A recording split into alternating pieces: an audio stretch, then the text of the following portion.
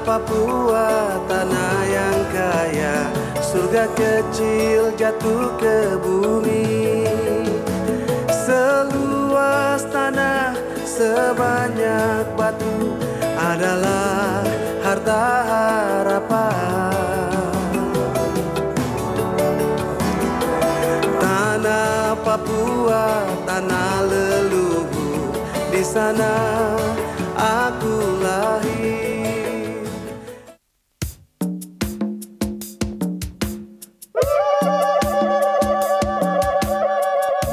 Merupakan pengalaman yang amat berkesan bagi tim Insight Papua kali ini, yang berkesempatan mengunjungi suku Dani di Lembah Baliem yang terletak di pegunungan tengah Papua. Udara yang sejuk, keindahan alam yang mempesona, serta kebudayaan mereka sungguh menakjubkan.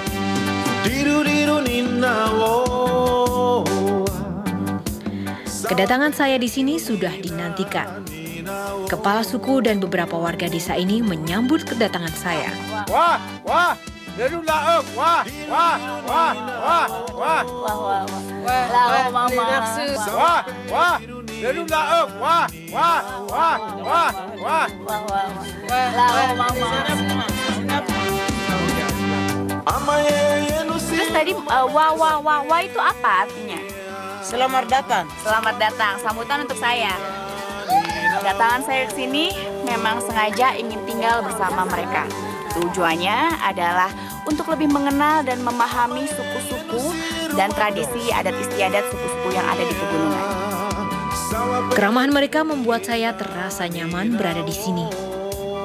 Suku pedalaman ini menyimpan kekayaan tradisi dan budaya leluhur yang khas dan unik. Perang. Dalam sejarahnya, dahulu permasalahan batas wilayah antar suku seringkali menjadi pemicu terjadinya perang suku.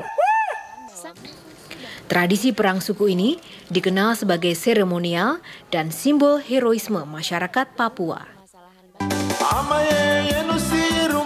Salah satu keunikan kebudayaan Papua adalah upacara tradisional bakar batu. Upacara bakar batu diyakini sebagai salah satu warisan leluhur yang bisa menyatukan kelompok suku yang bertikai. Semua kelompok masyarakat yang ikut dalam upacara bakar batu amat bersuka cita. Dan ini menjadi sinyal awal yang baik bagi kerukunan hidup di Papua.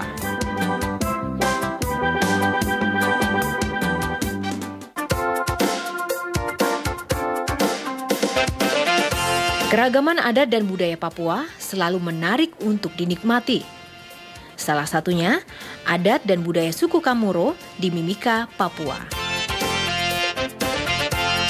Suku Kamoro adalah kelompok adat yang mendiami sepanjang 300 km pesisir selatan Papua. Di kawasan ujung timur Indonesia ini, jumlah penduduk suku Kamoro sekitar 18.000 jiwa, terbagi dalam kurang lebih 40 kampung di Timika.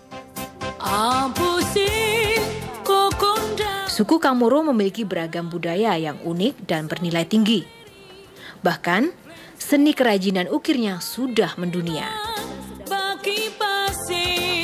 Nah, yang unik dari budaya ukiran suku Kamoro ini adalah tidak jarang dalam proses pengukirannya mereka diiringi oleh musik tifa dan juga lantunan syair-syair yang didendangkan. Tujuannya adalah untuk menginspirasi dan mengilhami para pemahat ini dan juga mengundang roh leluhur untuk hadir dalam proses pemahatan ini.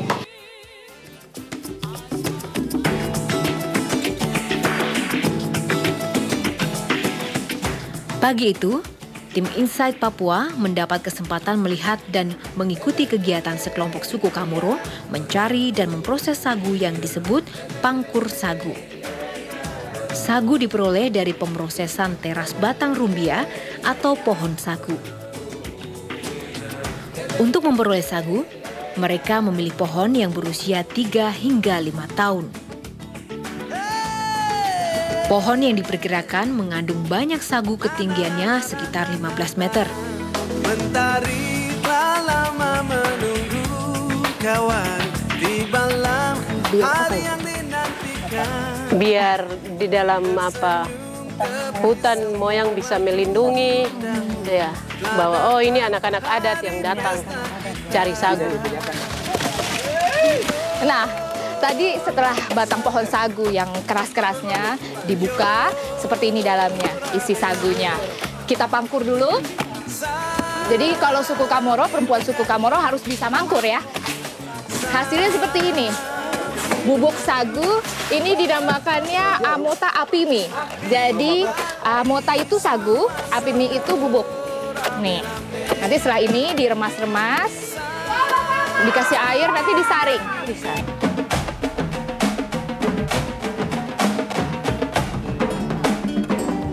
Denyut nadi ekonomi Wamena terpusat pada pasar Jibama dan Sinakma. Di pasar inilah ratusan orang berkumpul melakukan transaksi jual beli terbesar di kota ini. Mereka datang dari berbagai wilayah di sekitar Wamena, daerah Kuruli, dan Pokondili. Kendati pasar tradisional, pasar Jibama ternyata rapi dan bersih. Interaksi sosial antar suku juga terjadi di sini. Bukan itu saja, pedagang yang berasal dari luar Papua atau kaum pendatang pun mencari penghidupan dan berbaur amat harmonis di sini. Sekitar 1068 suku asli Papua dengan ratusan bahasa yang dimiliki oleh masing-masing suku tersebut, ada satu hal yang mempersatukan mereka ketika mereka berkumpul dan menggunakan bahasa Indonesia sebagai bahasa pemersatu bangsa. Welcome to my paradise. Raja Ampat di Provinsi Papua Barat telah dikenal dunia internasional dengan keindahan alam dan surga bawah lautnya yang memukau para penyelam seluruh dunia. Ibarat surga kecil yang jatuh ke bumi, keindahan alam Raja Ampat yang menakjubkan mengundang decak kagum dunia. Lantaran memiliki kekayaan biota laut, kawasan ini diusulkan oleh pemerintah Indonesia sebagai situs warisan dunia kepada UNESCO.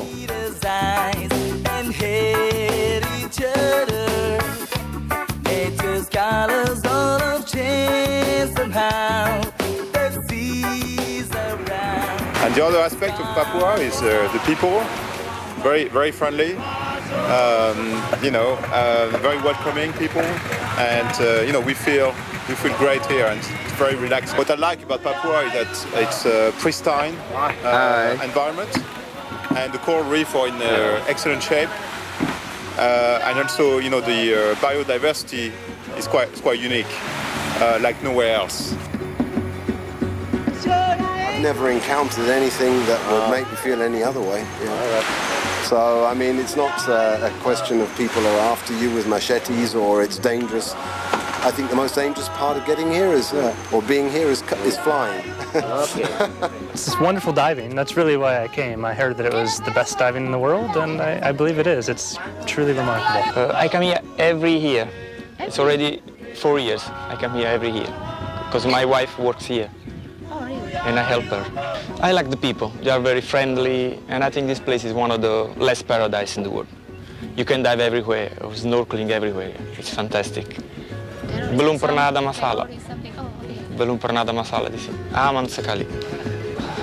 Tidak ada pencuri, saya tidak merasa terancam. Ya, itu saja. Saya seperti di rumah. Saya seperti di Italia di sini. Orang ramah sekali. Saya senang.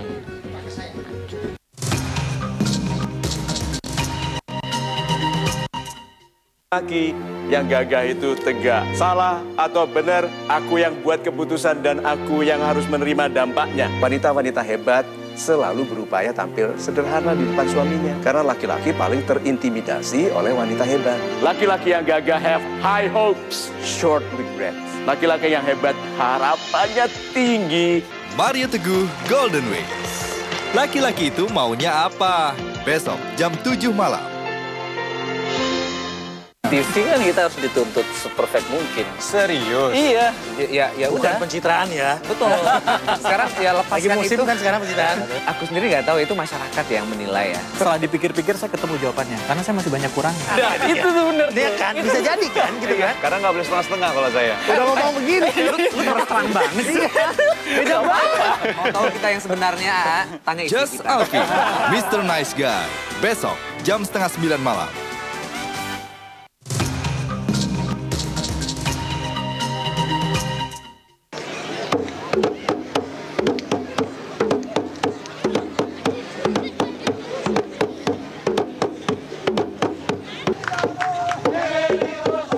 Anak-anak Papua yang berdiam di pelosok Kabupaten Jayawijaya pada hari itu ikut serta dalam acara seremonial yang digelar pejabat daerah. Mereka ikut tampil menari bersama dengan menggunakan busana adat dan menjadi hiburan tersendiri bagi tamu undangan. Putra-putri Papua dikenal memiliki talenta yang besar dalam berkesenian.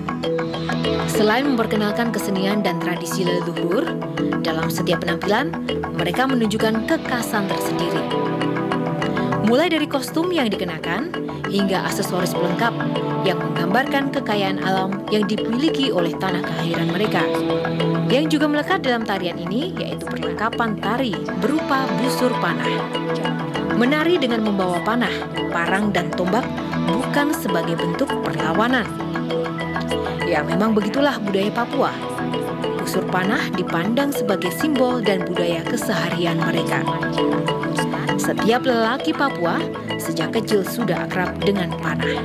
Mereka sudah diajarkan cara berburu dan bertahan hidup bersatu dengan alam.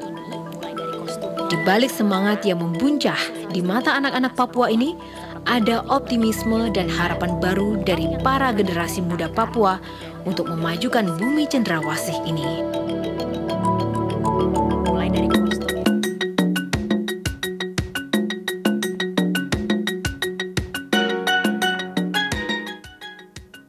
Bagi anak-anak yang tinggal di perbatasan Indonesia Papua Nugini, menjangkau sekolah dengan berjalan kaki melintasi jembatan gantung seperti ini menjadi rutinitas setiap hari. Langkah kaki mungil anak-anak ini lincah menapak pijakan kayu jembatan yang membentang sepanjang 30 meter. Sejak roboh pada tahun 2007 lalu, belum ada tanda-tanda jembatan baru yang lebih layak akan dibangun. Jembatan gantung ini menjadi akses jalur utama menuju Kampung Moso, Distrik Muara Tami, Jayapura.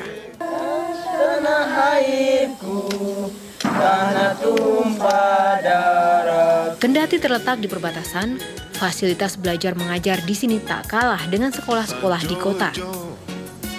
Kendala yang dialami dalam kegiatan belajar mengajar, anak-anak ini lebih fasih berbahasa Fijin, bahasa yang biasa digunakan masyarakat yang berdiam di kawasan Oseania. Ya, untuk yang lain juga boleh. Ya. Alamnya indah mempesona. Ya, bagus sekali.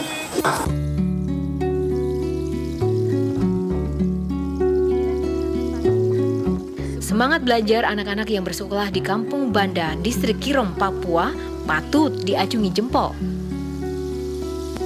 Datanglah kerajaanmu, jadilah kehendakmu, seperti di dalam surga.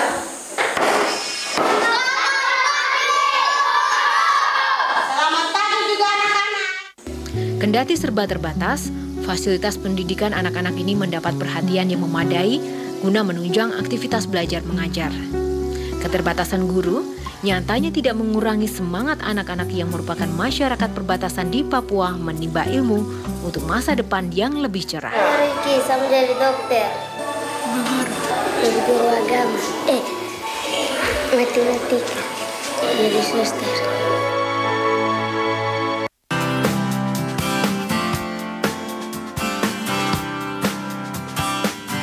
Masalah pendidikan menjadi persoalan penting di Papua. Provinsi yang terletak di timur Indonesia kini berbenah dan mempersiapkan generasi muda Papua yang tangguh. Anggapan anak-anak Papua tertinggal dari daerah lain membuat pemerintah daerah setempat mendatangkan pakar matematika Yohanes Surya untuk melatih anak-anak Papua belajar, terutama bidang matematika. Saat banyak daerah mengirimkan anak-anak terbaiknya untuk mengikuti Olimpiade Matematika, Papua pun tergerak ingin ikut serta. Maka, pakar matematika yang dikenal dengan metode matematika gampang, asyik, dan menyenangkan, yang kemudian disingkat matematika gasing itu, mendatangi sejumlah desa terpencil di Papua. Ada 3 kabupaten yang didatangi Yohanes Surya pada waktu itu, yakni Kabupaten Tolikara, Wamena, dan Lanijaya. Mereka itu belajar, dan belajar. Karena mereka pengen jadi orang besar. Iya, dan jangan pernah takut. Jangan merasa, nanti kalah sama yang lain, gak usah takut. yang lain udah terbukti bahwa anak-anak Papua bisa mengalahkan dunia kok. Ya, jadi kami selalu tekankan pada mereka bahwa mereka itu saat ini dalam posisi mereka ini utusan. Mereka ini harus kembali. Utusan itu nggak boleh tinggal di tempat di mana dia ditempatkan gitu. Jadi dia harus kembali. Nah, di Indonesia siapa yang ngutus mereka awalnya itu daerahnya kan. Dia harus kembali ke daerahnya. Inilah salah satu putra terbaik Papua yang kini menjabat Menteri Lingkungan Hidup, Baltasar Kambuaya, bukan nama asing bagi masyarakat Papua. Putra kelahiran Ayamaru, Maibat, Papua Barat, 9 September 1956, namanya mulai diperhitungkan kalangan birokrat saat Presiden Susilo Bambang Yudhoyono melantiknya sebagai Menteri Lingkungan Hidup. Baltasar yang biasa dipanggil ini pernah menjadi rektor Universitas Cendrawasih. Guru besar bidang ekonomi ini memiliki pemikiran-pemikiran terkait masalah pendidikan, lingkungan, dan pembangunan ekonomi berkelanjutan. Papua pada saat itu orang bicara, orang Papua, orang kuat, mengandalkan fisik dalam segala hal. Orang bisa berkelahi, bisa pukul begitu. Saya bilang tidak lagi. Saya ingin kita dihargai, dihormati di negara ini karena kekuatan otak kita, brain power itu.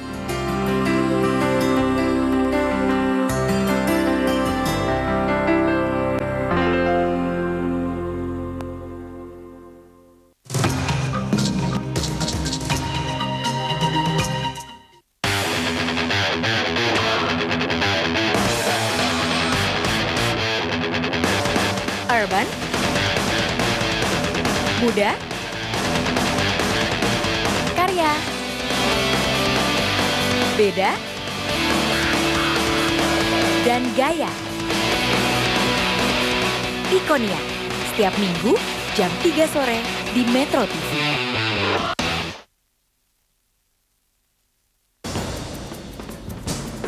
Pasar bebas dunia, ancaman inflasi. Pembentukan dan penerapan kebijakan adalah sedikit dari sejumlah tantangan yang harus dijawab untuk membuat Indonesia tampil sebagai raksasa ekonomi dunia. Dapatkan pencerahan dan temukan solusinya di Economy Challenges bersama saya, Suryo Pratomo, setiap Senin jam 9:30 malam.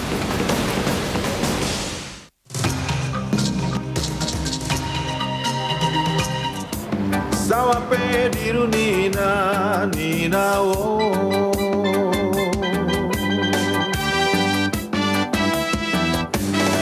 Penentuan pendapat rakyat di tahun 1969 memberikan kesempatan pada penduduk Irian Barat saat itu untuk memilih dua opsi, bertahan dalam pendudukan Belanda atau bergabung dalam Republik Indonesia. Tugu Pepera di Jayapura ini seakan menjadi monumen pengingat bagi masyarakat Papua untuk tetap dalam bingkai Negara Kesatuan Republik Indonesia.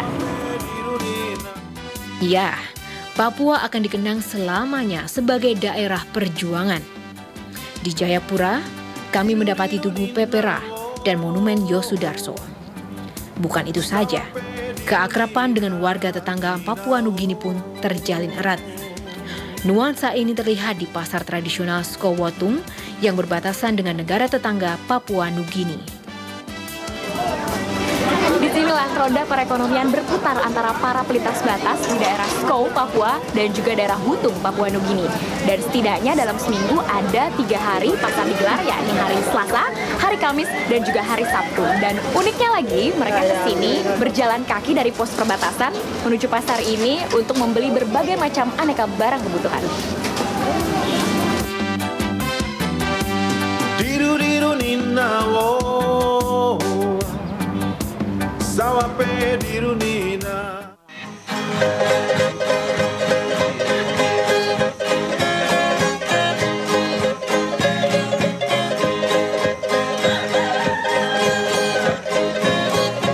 Suku Bahamata adalah sebutan untuk semua masyarakat asli Fak-Fak, baik yang di pedalaman, pegunungan, kota, pantai, dan pulau-pulau kecil. Di tengah maraknya permasalahan isu agama yang memecah belah, masyarakat Fak-Fak memilih filosofi dan cara unik dalam menjaga keseimbangan hidup antar umat beragama di Papua.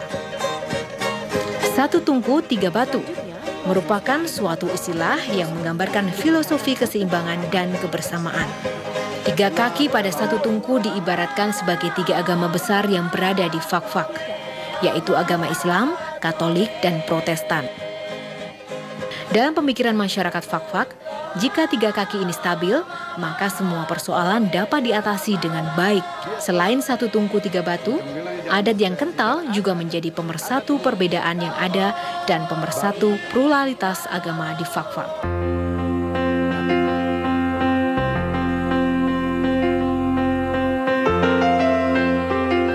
Kota Sorong bukanlah kota yang besar seperti Jayapura, tetapi di sini terdapat berbagai macam suku dari Sabang sampai Merauke.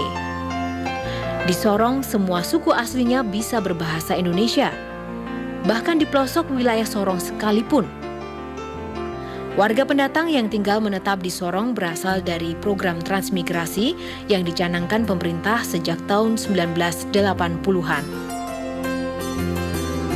Dalam kehidupan sehari-hari seperti di bidang perekonomian, para pendatang dan penduduk asli saling membaur dan bekerja sama dalam keberagaman. Pedagang dari luar Papua cukup berperan besar dalam kegiatan perekonomian dan kemajuan pembangunan di daerah tersebut.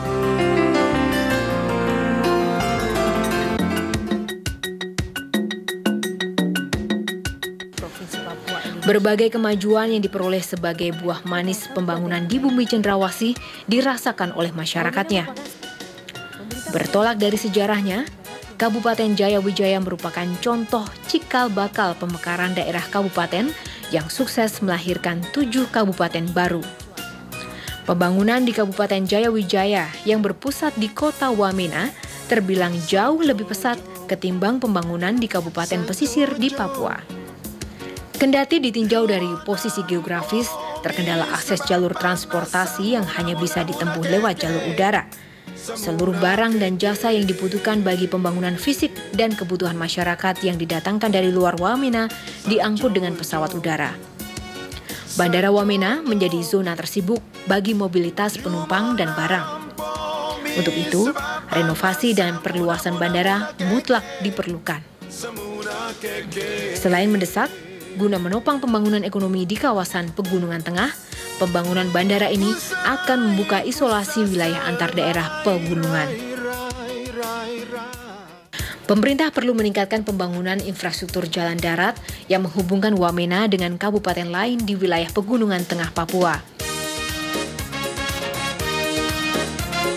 Geliat ekonomi di kawasan Pegunungan Tengah Papua semakin lengkap dengan pembangunan fasilitas pasar yang disebut Wamena Mall. Harapan adanya suatu pasar modern yang hadir di wilayah Pegunungan Tengah Papua amat dinanti masyarakat sehingga dapat mengangkat perekonomian di Kabupaten Jayawijaya.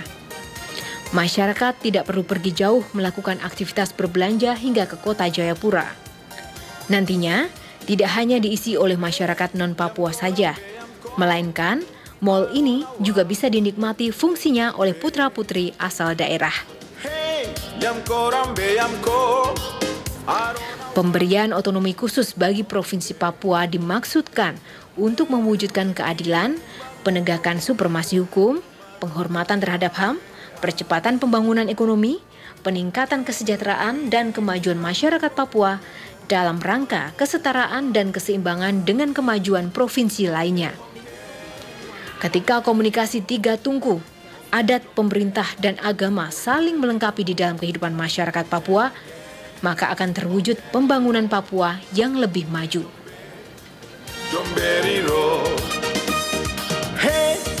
Saya berharap bahwa orang-orang di Jakarta atau mungkin orang-orang di tempat lain, tolonglah belajar dari Papua, nilai solidaritas, kerukunan antar umat beragama, tolonglah belajar dari Papua. Sampailah kami di Merauke, batas ujung timur Indonesia.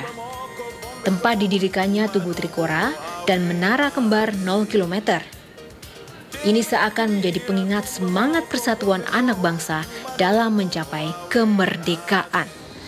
Ini merupakan tugu yang sama dengan tugu 0 km yang ada di Sabang, Aceh, hingga tercipta dalam lirik dari Sabang sampai Merauke. Nah, pada kenyataannya 0 km di Kabupaten Merauke masih ada di ujung jalan sana. Kita harus menempuh jalan sekitar 2 km sampai bertemu dengan perbatasan Papua New Guinea. Keriting rambutku